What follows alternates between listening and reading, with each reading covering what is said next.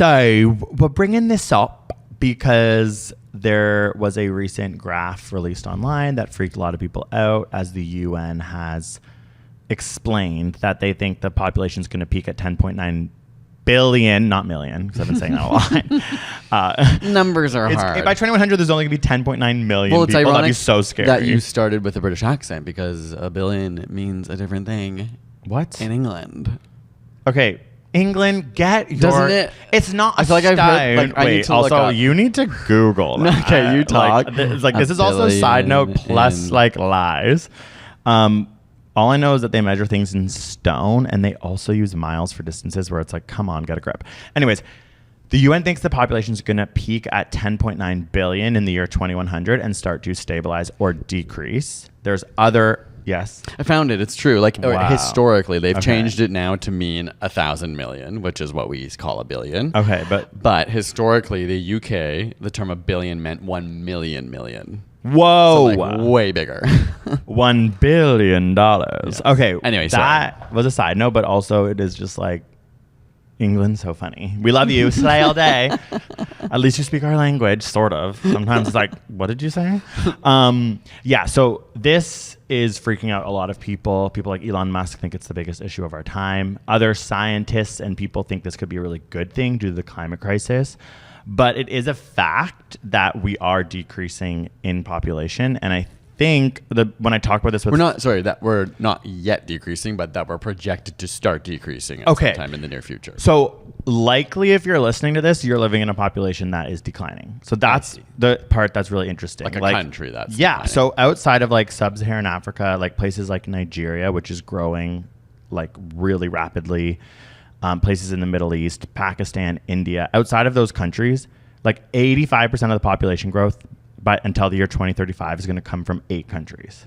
So like there's a lot of countries in the world. There's not that many. So like if you're in North America, if you're in South America, if you're in Eastern Asia, if you're in Australia, like your country's population is declining, which I think is like really, I love bringing this up with people, like friends, because they're all like, what? It might be also worth clarifying that the population may be growing, but it might be the fertility rate is not what's sustaining that growth. Yes. Right? Like there's immigration, there's lots of different factors that affect, like right now, Canada still is growing, but only because of immigration. Yeah, it's at risk of a declining population. Yeah, so that's worth talking about because I think it's like the coolest part, which is the fertility rate.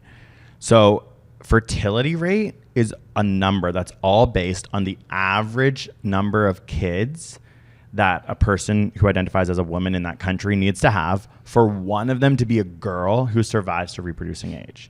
So it's like, it's kind of like when I first read that, I was like, whoa, what does that mean? And it's like, so a fertility rate of a country needs to be above 2.1, which is replacement level. And 2.1 is 2.1 kids being born for every woman in that society, because they think on average it takes 2.1 kids to be born for the likelihood of at least one of those kids to be a girl who then survives to become someone who can have more kids in the future. Like it's also, even if you want, this may not be totally accurate, but if you want to strip it down in another way, it's like if you're a couple of 2 people and you only have 2 kids, the population, if everyone did that, the population would stay the same because you're 2 people and you're only going to like replace yourself with 2 people. But so it only grows when like every person is technically making more than one person. Which is like interesting because you're like, okay, that is, it's kind of like morbid, I guess, in some ways to think about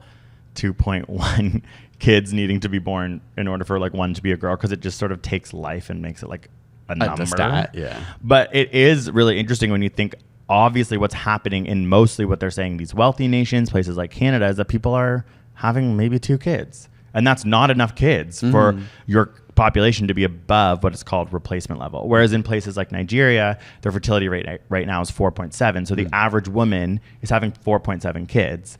And that's also down like in the last 20 years by like 2 kids, like before they were having like over 5 kids.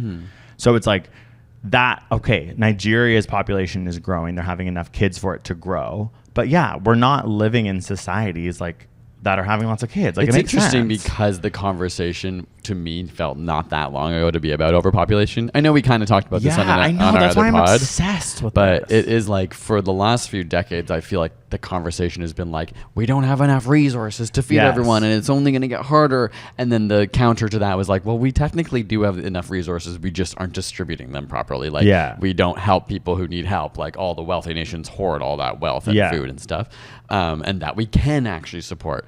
And, you know, there's been a lot of predictions in the past, like doing a little bit of research for this, seeing like in the 1800s what people thought. They were like, there's no way we're going to be able to feed people once we reach this milestone. And of course, like, we have survived. Well, that was like genetic modification of crops, which they couldn't have predicted, I guess. Exactly, yeah. There has been some major advancements that have allowed for many more humans than originally anticipated. One cool thing I was kind of briefly looking at was, I was like, I wonder how accurate population predictions have been over the past. It turns out actually pretty accurate. The UN has slayed. Yeah. They said like on average, maybe some predictions are like 6% off, but that doesn't seem, it's not like, you know what I mean? We're not missing by like billions here. Like when they've estimated we would hit what we would hit in like the year 2000, they were like really close to what it was. In 1968, the UN projected that by 1990, the global population would be 5.44 billion, and the real figure was 5.34 billion. Yeah, that's why. That's like, and that's why I'm like, the population is decreasing because the UN is saying it. The UN also predicted that by 2010, the population would be between 6.8 to 7.2 billion, and it ended up being 7 billion. So like there's demographers and statisticians who use this fertility rate to predict the future. And so I think that's why people are freaking out, because they're like, okay, like we can, like the UN isn't lying. They've been doing this information for a long time. Of course, for example, like during World War II, there was no prediction that there was going to be a huge boom in birth rates because of like a major world event, right? Hashtag like, boomers. So like there are, of course, things that can impact happen, both directions. Having more kids, having less kids. Like, well, they actually think that climate change is just going to make it even right. But I'm saying we can't necessarily like, this is assuming all other things stay equal and that we like continue to grow at the same rate. So the interesting thing about like maybe more people like us in Canada and in Europe, like if you're in Spain and you don't have immigration by 2100, you're gonna have half your population. It's like you screwed, hun. Japan is crazy. They think that by 2045 a quarter of the Japanese population will have dementia. Like it's like I actually don't understand why Japan isn't just like increasing immigration. Like they're so screwed. They're like, we're gonna make like health robots. It's like, I don't know, let people in. Anyways, so yeah, like in these populations that we're in that are declining, we have aging populations, and that is, I think, something that is so a testament to our time in science. So like we had the scientific breakthroughs that made us live longer, live healthy lives, like survive low birth rate or like low birth survival and stuff like that. But we never really thought about how, like what happens when you have less kids, and then now you just have this like aging population. And it's kind of funny because right now people are like in France like arguing that they don't want to, like they want to have like the retirement age decreased. But a lot of demographers are like, this information is explaining why we need to change the idea of work. Like if we're living longer, healthier lives, we might have to work longer in order to support these societies, which I was just like, that's kind of interesting. Assuming we're living in a capitalist society. What, like... We are. No, sorry. I mean, like we are. I just mean assuming in the future, like perhaps I'm just like that values everything based on your productivity. You know, like we need more people to be productive in order to support our society under sort of like the foundation that we've built our society. Yes, but there are other like ideas and ways to support a society that don't like. There is universal basic income. We are developing like hopefully technologies that can alleviate the need for humans to work in the same capacity. Of course, it's going to cause problems under capitalism when you put a bunch of people out of work. But can we find a way to like bear the fruit of our labor of like automated machines and not have people who cannot afford to live or eat now? Like how do we rectify that population requirement without the work, without the that is fair. That is fair. And I think, but okay, sorry, just to be like whatever. On the other side of that thing is that like retirement age was designed for people who were aging and no longer could work. Like I'm just saying, like if all of a sudden these population like dynamics are shifting so much and being skewed because of the fact that people are living longer and healthier lives from science. Is why they're like have these crazy aging populations, because in the past those people just wouldn't be alive. Which is and I do amazing. Think right now we are literally living through the boomer age. Like as boomers enter, like in so many parts of the world, there was like a huge era of more people being born than before and after. And so, like, we are facing that issue even more so because of that. Like, there just are more boomers. Yeah, I always will need more support. That boomers are like the people who were like the baby boom. I always like just think of that word as someone with like glasses being like, so how do you open PDF? Like, I think of them as this like hilarious like. Right. But it's like, no, they were like absolutely a part of history that is really very significant and having a huge impact right now. Like we're feeling those effects now and in our whole life. Like millennials often look at boomers and are like, you fucked us. But, you know. Yeah. And it's like, you're so like, okay, wait. Is like Biden and Trump above boomers? Yeah. They're older than boomers. They're older. That's crazy. I'm just like, can't get over the American election being between two 80-year-olds. And like. Yeah. It's like my parents are boomers. Yeah. And like my parents are boomers. Yeah. And they're low 70s. Like, yeah. But and they like Biden's like actually 81. Yeah. And Trump's like 80. Isn't Nancy Pelosi kind of up there? Yeah. Is that like, what's is the that not an issue? Boomer age range. Yeah. Between 57 to 75. Yeah. Wow. So I guess like they Biden's literally like passed. were like in the war. That's crazy. Because that is really interesting. I was reading an article about how like there's like this time of like Russian collapse, like called like, I forget the name of it. And it was when all the politicians were so old that they couldn't like govern properly. And they're like, is America in that? And it's like, yeah. The amount of politicians that are like having medical issues like on television right now is oh like my higher god than ever. That like evil guy that's like a ghost of a human who just Mitch like McConnell so ruins funny. my name. Yeah, literally. But at least Biden's like trying to do stuff for climate change, because that's the scariest and part. like alleviating student debt. No, he's you know, coming back to really population. Old. Side note, but not really, kind of. Coming back to population, one thing that I think is interesting when I talk to people about this, like for example, Canada, we are in a country that feels like it's growing. So we are in Toronto. It is a growing city. Absolutely buzzing. Like, and a lot of surrounding small cities also are really growing. Yes. Because it's the like urban sprawl of a major city. All of that is due to the fact that Canada lets in 500,000 newcomers every year. So Canadians have at least figured this out. We have a low fertility rate. That's not going to change. And now we let in all these new people. That's how you get growth in your countries. And so all these demographers have this like really brilliant argument for the importance of immigration for pretty much every country outside of the few that are actually still growing.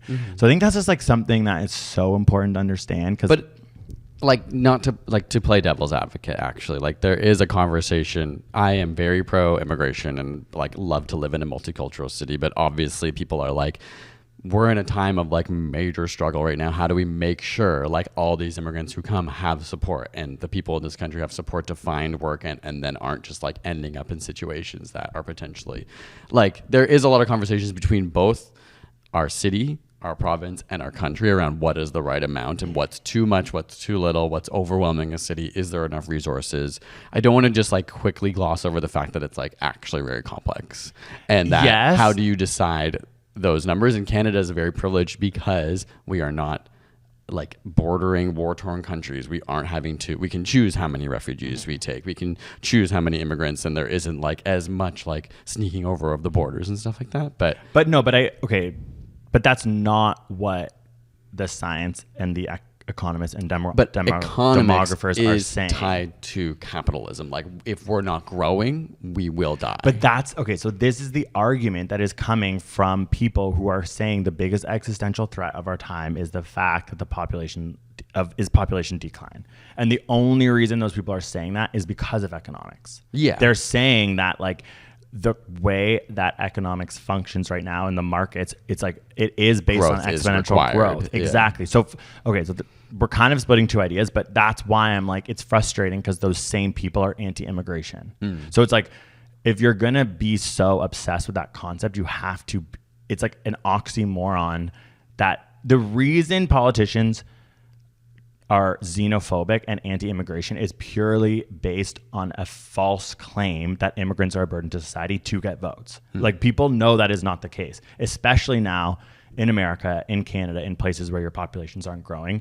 In the near term, for economic growth, which is so much a part of like right-wing platforms, you do need people. Like, and you aren't allowed to be in a country that's so many of these places, Canada included, rely on immigrant like workers literally coming to this country to work for cheap. Yeah, it's really messed up. Yeah, but so it's like, it's sort of one of those things where it's like a way to catch people in like, what do you want for your country? You're actually just creating xenophobic ideas to get votes. It's just an easy like quote unquote enemy to like point the finger and blame. Exactly. And like, so this is just a cool way that like science and stats have been like, why are you doing this? Oh, it's strictly to brainwash people and get votes. It's not rooted in any fact at all. But the other thing around that is also just like the economic shift around climate change and how like we all know we're going to run out of resources and we can't have exponential growth economically. So like that's the other oxymoron. It's like people who are freaking out about the population decline messing with the markets. People are like, by 2100, if you haven't figured out how to change market capitalism, then climate change and carbon emissions are going to be the same the way that they are now. And then the country will be like, we will all be so much more screwed.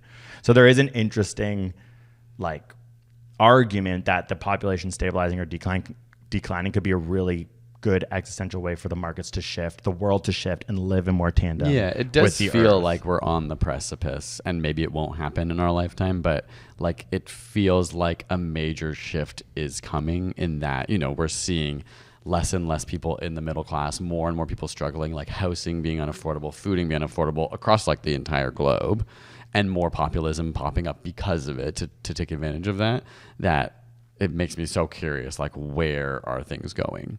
Yeah. Like, where is the world in general and like humanity? Like hopefully, often it takes these kind of moments to like change the way society functions. Like it has to get so bad before people are like revolution, you know, like we have to change how we function because too many people are suffering now. And it kind of feels like, I don't know, obviously the news doesn't help because you're like being told these things all the time, but it feels like a lot bad is happening right now. Well, back to the immigrant thing. Only 2 to 4% of people in the world live outside of the country they were born. Isn't that crazy? I mean, because being from Toronto, it's like, what? Because everyone feels here is like 50% of people, right, weren't born here? Or is it 50% of people are just non-white?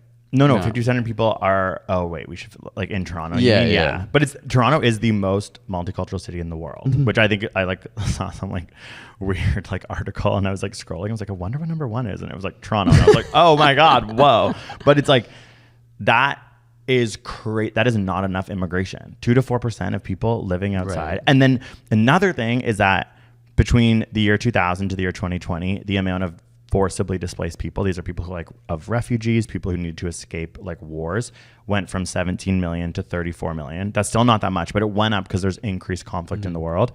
And then 85% of those forcibly displaced people are in Turkey, Jordan, or Kenya.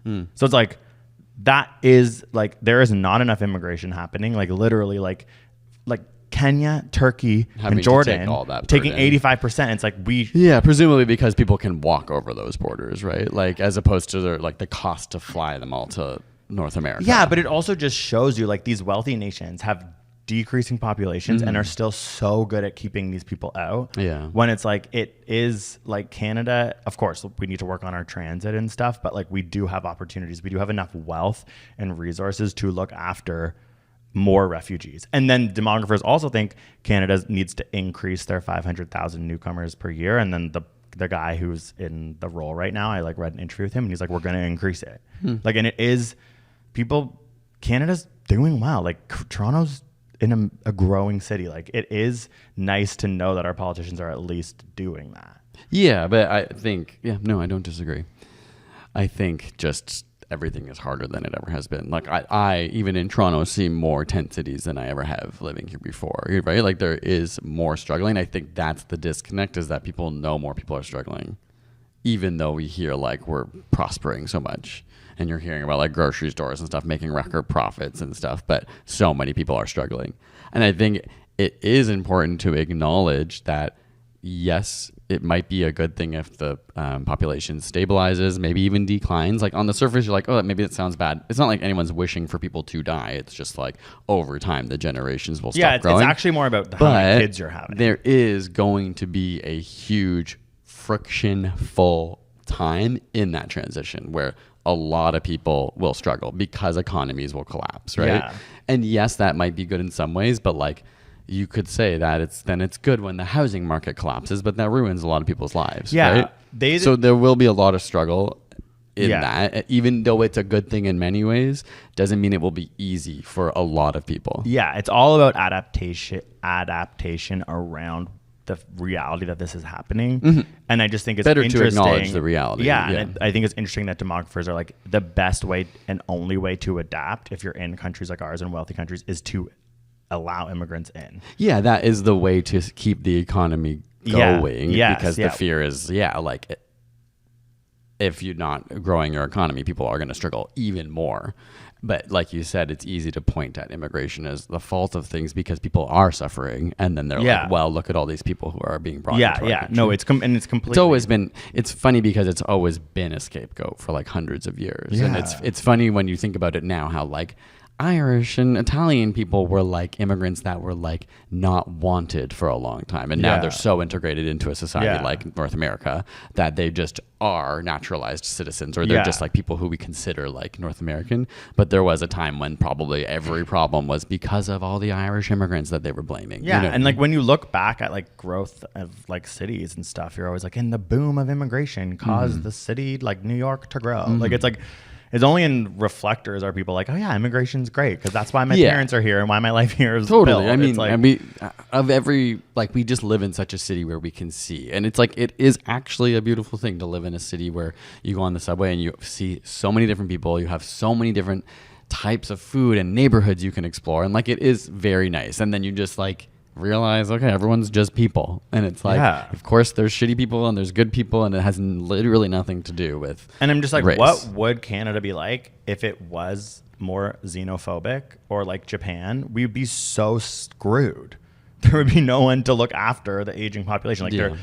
Like sometimes it's so easy to complain, but sometimes it's like, well, what's the other option? And the other option is that we're in this country that has like completely like there's no people are not in it, young people are not in it, and Japan is like, actually I'm so curious what's going to happen because it will be probably a big challenge, really challenging that the world will look to as an example of how to handle, like they'll like much of our country will probably be watching Japan, even if it won't be as severe here. We'll have to learn from like what do they adapt, how do they adapt to creating new systems. So it's also Spain, Italy, and Thailand are the other like countries like Japan that by 2100 without immigration will have half their population. Thailand I thought was so interesting. Because you just don't hear about how they're having the same thing, and a lot of it is actually linked to increased gender equality, which is a good thing. So like Thailand is becoming more affluent, and people like women are gaining more rights. Education. People are healthier, they're wealthier.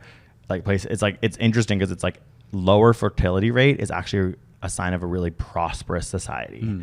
So that's like another part is it's like there's only so many options we have here as people on Earth gain better lives. Yeah, I think as long as like governments and institutions can implement policies that support like the economy, but I don't know. I think like people just want to know that it's not just blanket bringing in, and because now there's so many like ideological divides between people, it's like people think that bringing in immigration is just a way to appease like liberals' ideals, even if it is not, and then that looks like it's just trying to win brownie points. I never thought about that. People think. Yeah, I think a lot of conservatives are probably like, this is just like an ideal, but it's not. It's actually hurting our country, or it's actually not being planned properly, and that would be the argument I think from the right, is that it looks good, but it's not being executed properly.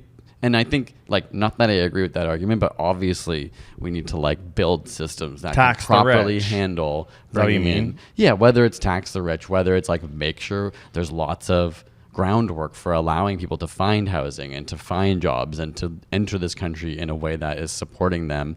And also looking to the people, like the argument you often hear from conservatives is like, and maybe liberals as well, is like, what about the people struggling in our country? Like, why aren't we putting money towards that as well? Like, how do we bring people out of poverty who are already here, right? And those are two separate issues, but I think people try to latch on to like, well, why are we helping other people around the world? But then you said it's like a nuanced issue because it's like we're bringing in people because our economy needs it to support itself. Yeah, and yeah, okay, I guess that is interesting. But like I am like, it still goes back to the ideals of the government truly taxing the rich and then like creating wealth, like less wealth inequality. Yeah, but right? that is, yeah, I think that's the way we like solve a lot of issues that needs to be addressed. And it's like a runaway train that's becoming harder and harder because these companies are just getting bigger and bigger and then have more influence and more power that nothing can stop them. You know what I mean? Like it takes someone having guts to go against Google. Like the Canadian government just tried to go against Google and like with like advertising and posted links, like it was Facebook and Google versus the Canadian government, and like the Canadian government like lost handedly. They were both like, okay, we just won't post any of your news on Facebook or Google search.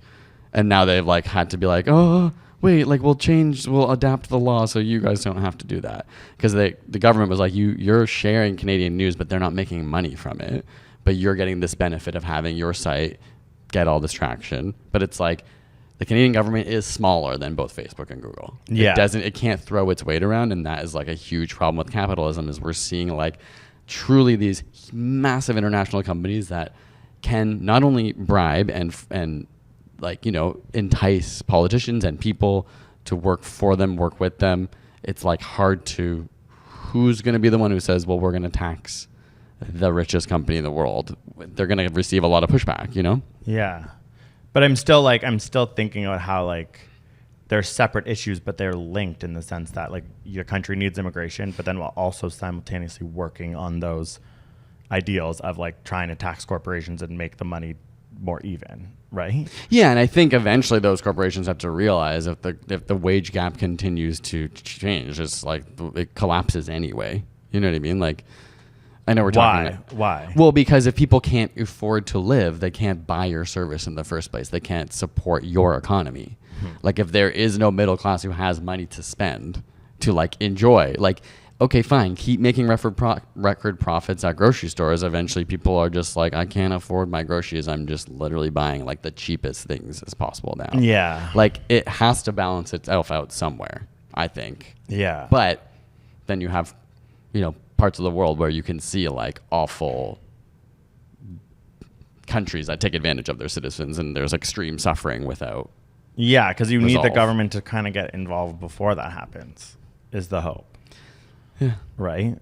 But like you sound really pessimistic. Like you don't think that's going to happen. No, I don't think it can't happen. I think, and I hope that our generation and the younger ones are getting into politics and seeing the need for it. And even when it comes to climate change, like, of course, the older generations in general, I know there's lots of people who support like climate action who are older, but the older generations are more tied to like the oil industry and stuff, where the younger politicians are like, screw that. Like, we need to find another way to work through this. There's nothing like the fossil fuel industry. Yeah, obviously controls much of like market trends, and they're part of the people who are really scared about population decline.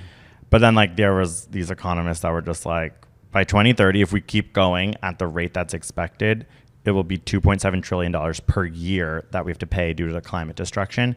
And then Deloitte recently came out and everyone was like, oh, wow, Deloitte, like trying to be good, and said that by 2070, America alone will have $14.5 trillion per year of climate destruction costs due to wildfires, droughts, floods, farms and businesses and houses being destroyed. And yeah. Like, okay, so I think like this population discussion, whether it's overpopulation or under or decline, it's like similar to climate change. Like we just have to pay attention to it and start to like prepare our societies for it. I think that's the conversation. I think like as much as governments can be do wrong things and be like validly criticized, they are also actually the only institution like we can have like participate in and make change. Like corporations are literally tyrannical. You know what I mean? Like they do whatever they want only for one motive. Yeah. Whereas at least, yes, there's like governments that become corrupt or do bad things. But overall, it's like if we engage, we can make those changes and that matter and help everyone. But it is obviously like scary because there's a chance that the governments don't have the power or ability to do that. We do live through climate destruction. And like from like a pretty messed place, like the idea of the population declining or stabilizing, at least in some ways, will help with the climate crisis. As the actual demand for resources will decrease, where we're at with how bad the destruction is going to rely on like right now for the like honestly next 20 years and whether like governments and people can actually like rein this thing in.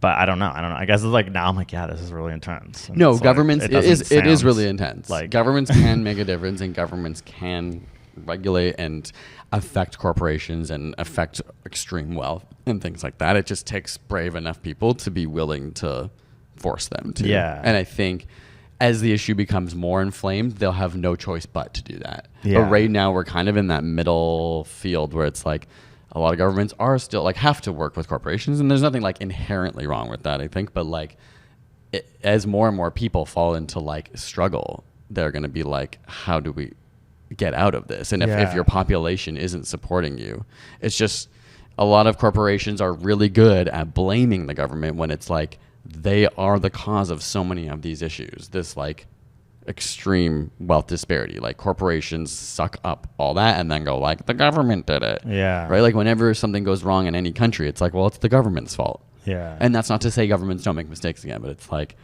that is, and I've heard like Noam Chomsky talk a lot about this, where he's like, it's the massive corporate propaganda that has been happening for like decades and decades to literally exploit and blame the government.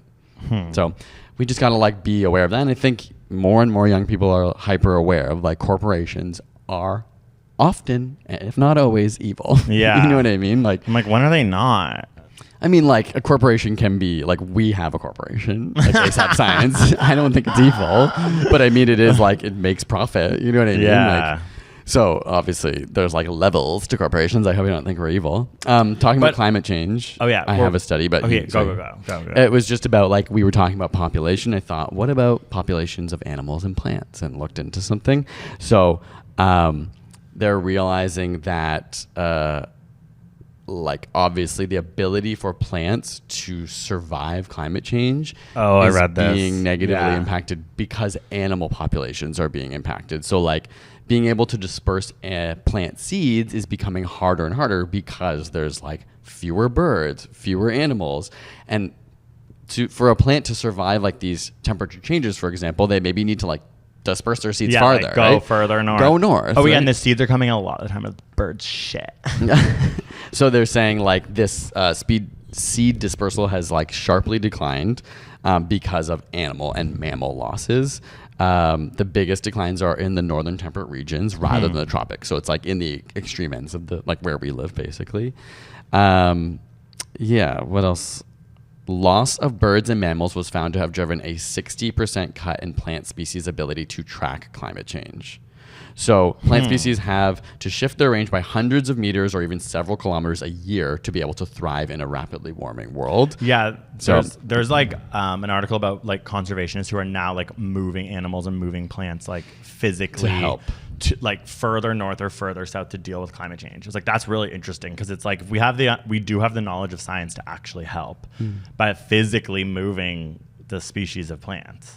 So like that's like a good at least solution to that. Yeah, like partially, yeah. It's just whether you can really manually do that well enough, right? Like of course you can like help perpetuate it, but like the Earth has a system for like spreading seeds and spreading pollen and spreading, like it's obviously being challenged in a way that it can't adapt fast enough. Yeah.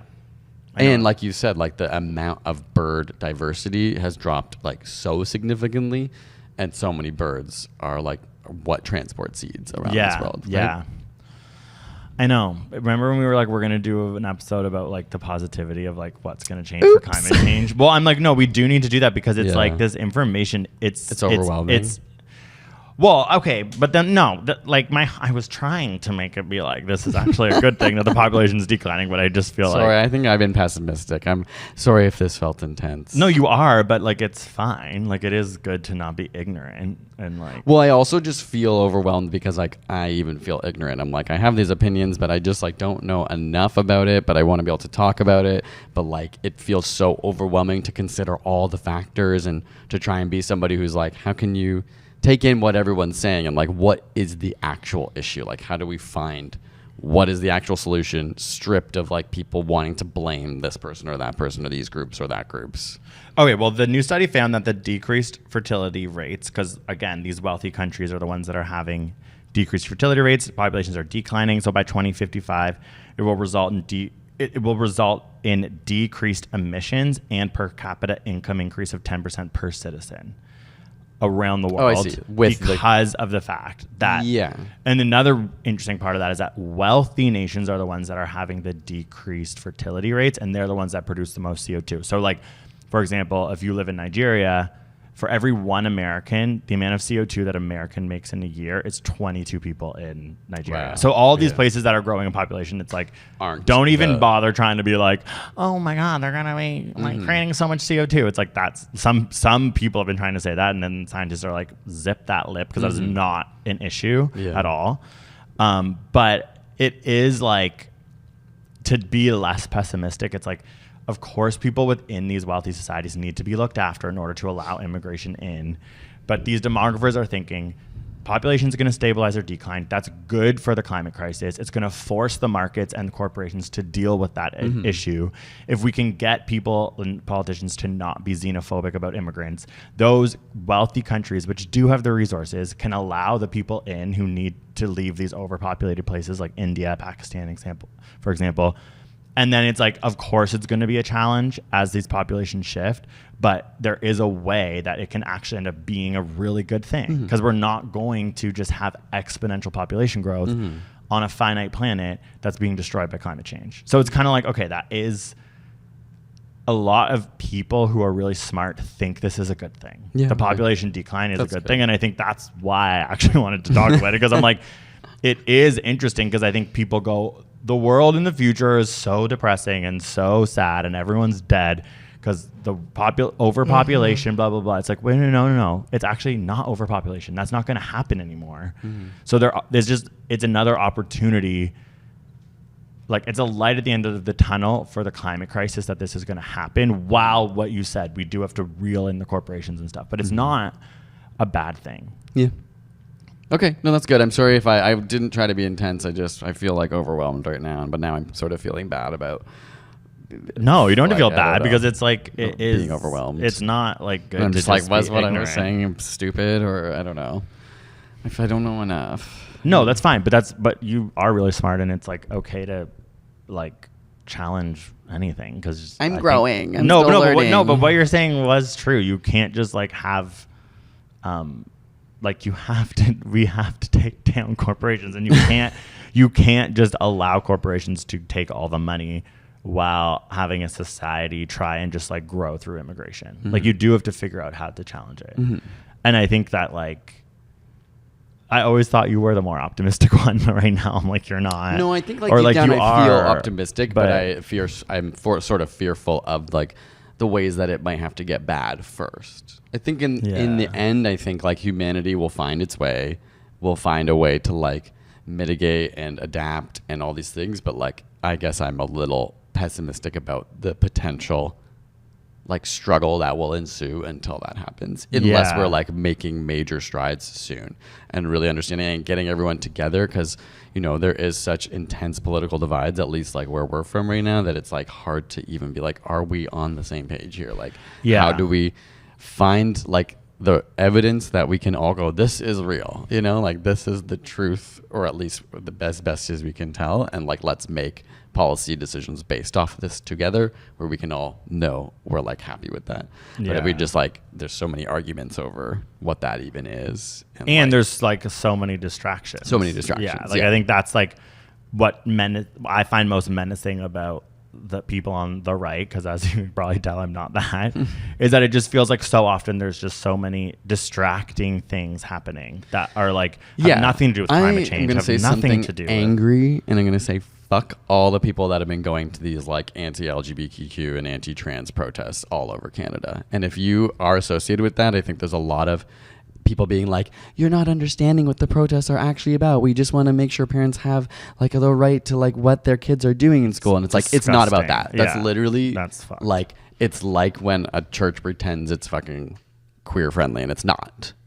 And it's like on the surface, they're trying to make it about one thing when it is just no. That's a perfect example hate. of a distraction. Yeah. Like if you are falling for that distraction, it's really sad because that is nothing.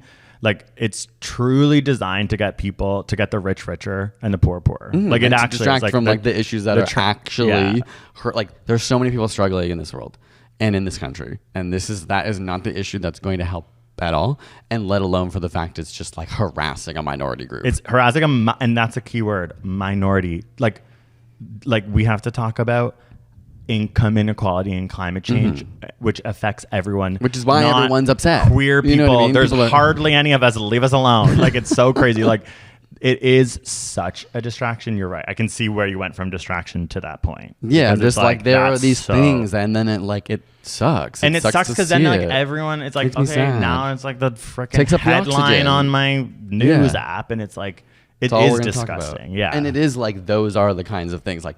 There are many people who feed that flame because they know it is a distraction. And it's truly, I actually think the trans debate, I'm so sick of everyone talking about it. I'm like, this is actually a distraction designed to get like the rich richer and the poor poorer, and to distract from the actual issues at hand. To literally say, oh, like that rich guy isn't the problem who literally like exploits people's labor and takes all their money. It's not Bob blah blah where the fuck his name is actually record profits. No, it's literally that child who like is trans, and we should all force our anger on them. And it's like this is a fucking nuanced conversation, okay? And it's like everyone just wants to have a black and white, and it is sick, and it is like.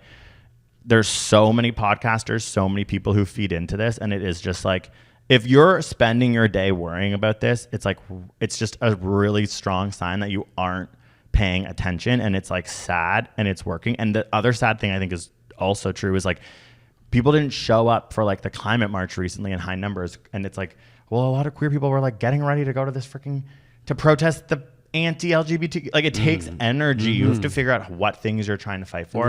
As a queer person, you're like, this one's really obvious because it's affecting me and it's immediate, and it's like taking away my energy from like caring about like truly like wealth inequality and climate change, which everyone has to accept is like the biggest issue right now. Yes. It's not. Let's focus on those issues. Ew, I feel like that's where we like, not to end on a angry note, you are in a good like. Oh my god, I was so excited. Sorry, no, but it's thought good. This was going to be because positive. we just need to rally people to care about these things, the things that are actually existentially affecting humanity, climate change and wealth inequality. Those are two amazing issues to focus on. Let's stop like fighting over the dumbest things in the world. Oh my god! If people let people just live, you know? Oh my god! If someone, except for the rich people, if someone like if someone brings up like some trans argument with me today, like I honestly am like I don't like flip a table. Like it is actually, and I'm like I can't.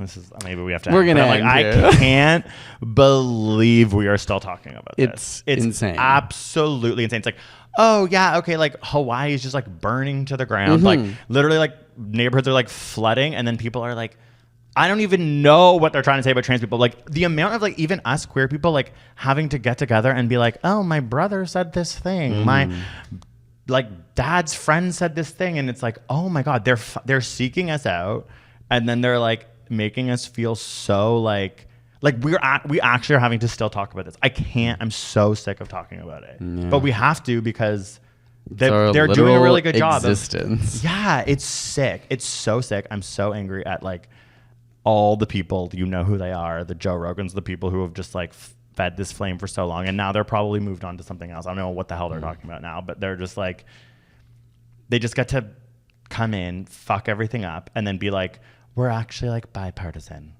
or like we're so like libertarian, like we're not about sides. It's like, do you understand how insane this is one-sided? Like how this is insanely coming from people trying to distract people from literally getting together to figure out how to actually fix the climate crisis. I changed my mind. I have hope.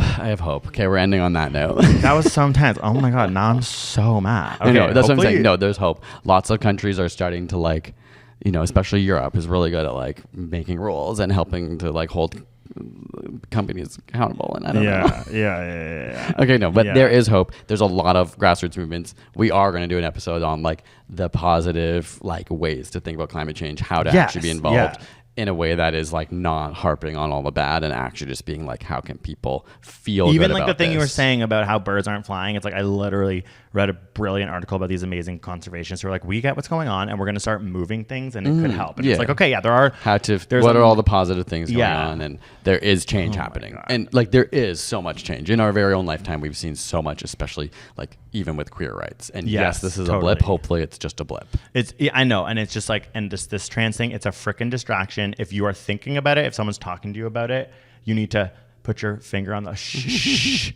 Let's talk about something else, because this is actually insane. And the fact that you're spending time thinking about this, we're going in circles. Okay, no, I can't. I'm actually so pissed. Okay. Bye. Thank you, really. Oh my God. Okay, see you later.